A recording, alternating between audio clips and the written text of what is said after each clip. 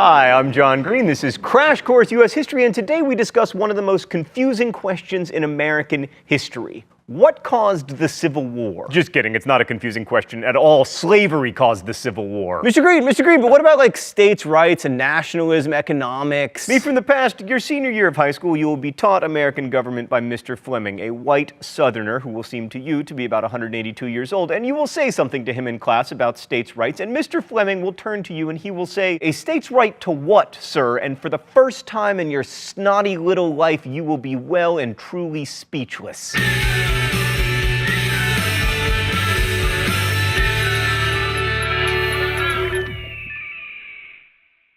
The road to the Civil War leads to discussions of states' rights, to slavery, and differing economic systems, specifically whether those economic systems should involve slavery, and the election of Abraham Lincoln, specifically how his election impacted slavery, but none of those things would have been issues without slavery. So let's pick up with the most controversial section of the Compromise of 1850, the Fugitive Slave Law. Now, longtime Crash Course viewers will remember that there was already a fugitive slave law written into the United States Constitution. So what made this one so controversial? Under this new law, any citizen was required to turn in anyone he or she knew to be a slave to authorities, and that made like every person in New England into a sheriff, and it also required them to enforce a law they found abhorrent. So they had to be sheriffs, and they didn't even get little gold badges. Thought Bubble, can I have a gold badge? Oh. Awesome, thank you. This law was also terrifying to people of color in the North because even if you'd, say, been born free in Massachusetts, the courts could send you into slavery if even one person swore before a judge that you were a specific slave. And many people of color responded to the fugitive slave law by moving to Canada, which at the time was still technically an English colony, thereby further problematizing the whole idea that England was all about tyranny and the United States was all about freedom. But anyway, the most important result of the fugitive slave law was that it convinced some Northerners that the government was in the hands of a sinister slave power. Sadly, slave power was not a heavy metal band or Britney Spears' new single or even a secret cabal of powerful slaves, but rather a conspiracy theory about a secret cabal of pro-slavery congressmen. That conspiracy theory is going to grow in importance, but before we get to that, let us discuss railroads. Underrated in Monopoly and underrated in the Civil War. Let's go to the thought bubble. Railroads made shipping cheaper and more efficient and allowed people to move around the country quickly, and they had a huge backer,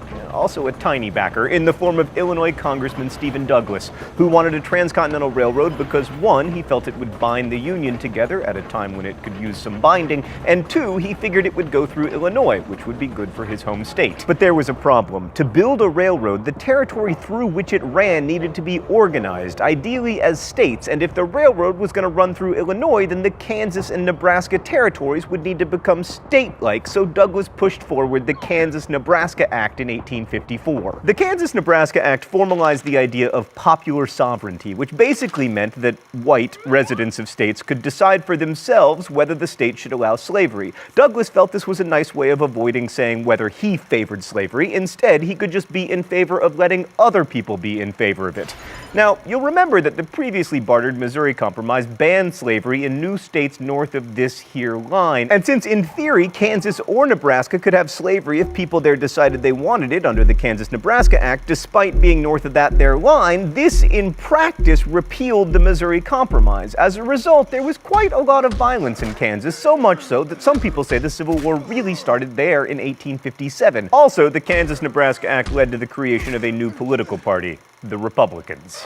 Yes, those Republicans. Thanks, Thought Bubble. So Douglas's law helped to create a new coalition party dedicated to stopping the extension of slavery. It was made of former Free Soilers, Northern anti-slavery Whigs, and some know-nothings. It was also a completely sectional party, meaning that it drew supporters almost exclusively from the free states in the North and West, which, you'll remember from like 2 minutes ago, were tied together by common economic interests and the railroad. I'm telling you, don't underestimate railroads. By the way, we are getting to you, Dred Scott. And now we return at last to slave power. For many Northerners, the Kansas-Nebraska Act, which repealed the Missouri Compromise, was yet more evidence that Congress was controlled by a sinister slave power group doing the bidding of rich plantation owners, which, as conspiracy theories go, wasn't the most far-fetched. In fact, by 1854, the North was far more populous than the South. It had almost double the South's congressional representation, but in spite of this advantage, Congress had just passed a law extending the power of slave states and and potentially, because 2 new states meant 4 new senators, making the federal government even more pro-slavery. And to abolitionists, that didn't really seem like democracy. The other reason that many Northerners cared enough about Kansas and Nebraska to abandon their old party loyalties was that having them become slave states was seen as a threat to Northerners' economic self-interest. Remember, the West was seen as a place where individuals, specifically white individuals, could become self-sufficient farmers. As Lincoln wrote, "The whole nation is interested that the best use be made of these territories. We want them to be the homes of free white people. They cannot be to any considerable extent if slavery is planted within them.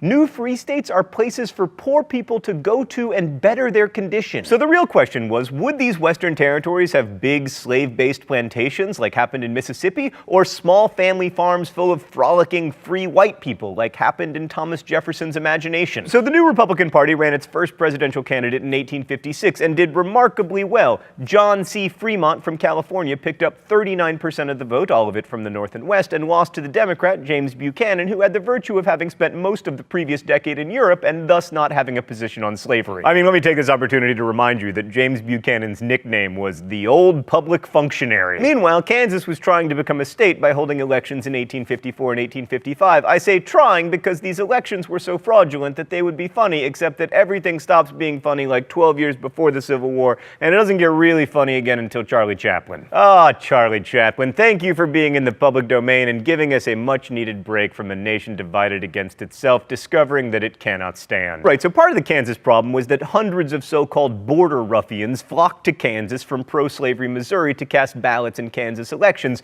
which led to people coming in from free states and setting up their own rival governments. Fighting eventually broke out and more than 200 people were killed. In fact, in 1856, pro-slavery forces laid siege to anti-slavery Lawrence, Kansas with cannons. One particularly violent incident involved the murder of an entire family by an anti-slavery zealot from New York named John Brown. He got away with that murder, but hold on a minute, we'll get to him. Anyway, in the end, Kansas passed 2 constitutions because, you know, that's a good way to get started as a government. The pro-slavery Lecompton Constitution was the first that went to the U.S. Congress, and it was supported by Stephen Douglas as an example of popular sovereignty at work, except that the man who oversaw the voting in Kansas called it a vile fraud. Congress delayed Kansas's entry into the Union, because Congress's primary business is delay, until another more fair referendum took place, and after that vote, Kansas eventually did join the U.S. as a free state in 1861, by which time it was frankly too late. Alright, so while all this craziness was going on in Kansas and Congress, the Supreme Court was busy rendering the worst decision in its history. Oh, hi there, Dred Scott. Dred Scott had been a slave whose master had taken him to live in Illinois and Wisconsin, both of which barred slavery, so Scott sued, arguing that if slavery was illegal in Illinois,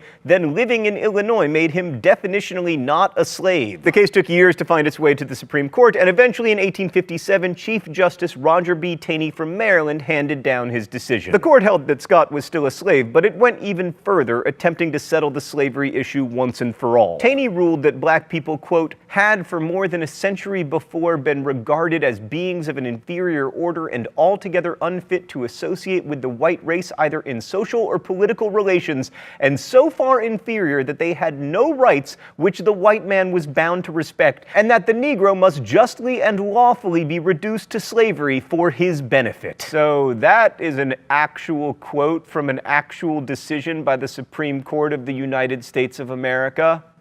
Wow.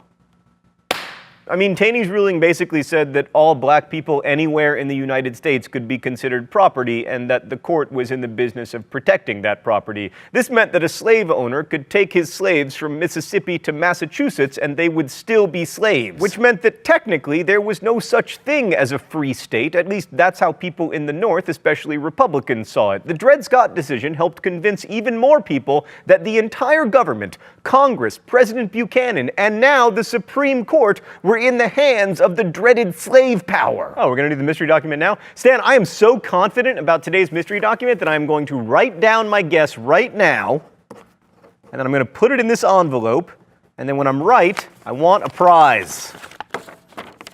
All I ever get is punishment. I want prizes. Okay, the rules here are simple. I guess the author of the mystery document. I already did that, and then I get rewarded for being right. All right, total confidence.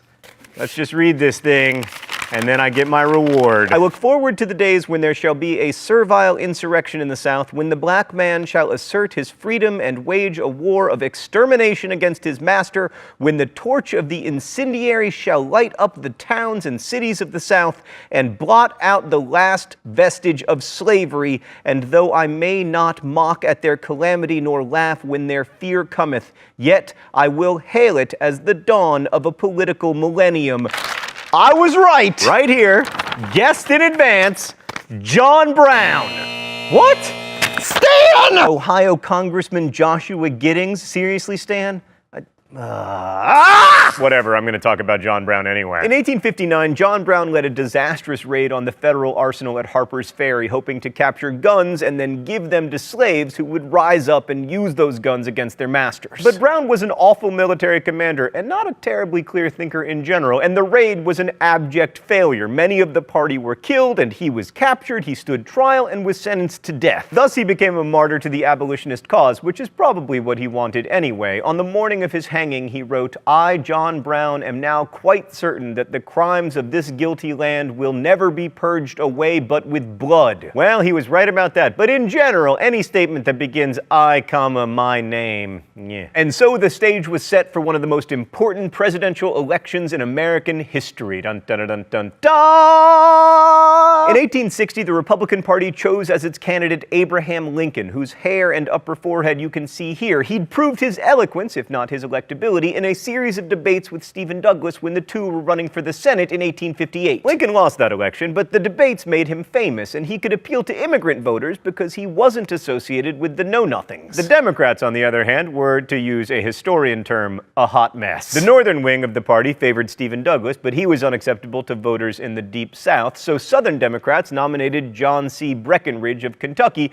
making the Democrats the last remaining truly national party, no longer truly a national party. A third party, the Constitutional Union Party, dedicated to preserving the Constitution, quote, as it is, i.e. including slavery, nominated John Bell of Tennessee. Abraham Lincoln received 0 votes in 9 American states, but he won 40% of the overall popular vote, including majorities in many of the most populous states, thereby winning the Electoral College. So anytime a guy becomes president who literally did not appear on your ballot, there is likely to be a problem. And indeed, Lincoln's election led to a number of southern states seceding from the Union. Lincoln himself hated slavery, but he repeatedly said that he would leave it alone in the states where it existed.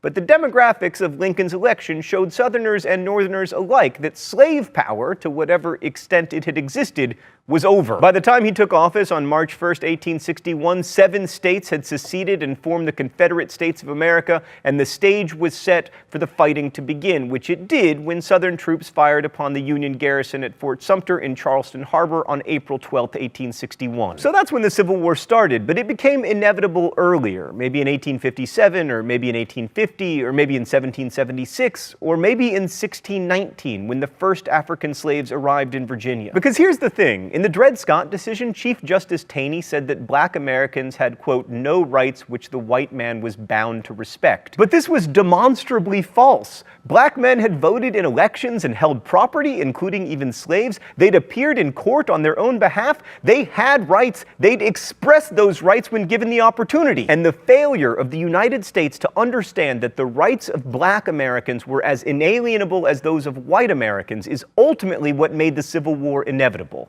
So next week, it's off to war we go. Thanks for watching. Crash Course is produced and directed by Stan Muller. Our script supervisor is Meredith Danko. The show is written by my high school history teacher, Raoul Meyer, and myself. Our associate producer is Danica Johnson, and our graphics team is Thought Cafe. Usually every week there's a Libertage with a caption, but there wasn't one this week because of stupid Chief Justice Roger Taney. However, please suggest captions in comments, where you can also ask questions about today's video that will be answered by our team of historians. Thanks for watching Crash Course U.S. History, and as we say in my hometown of Nerdfighteria, don't forget to be awesome.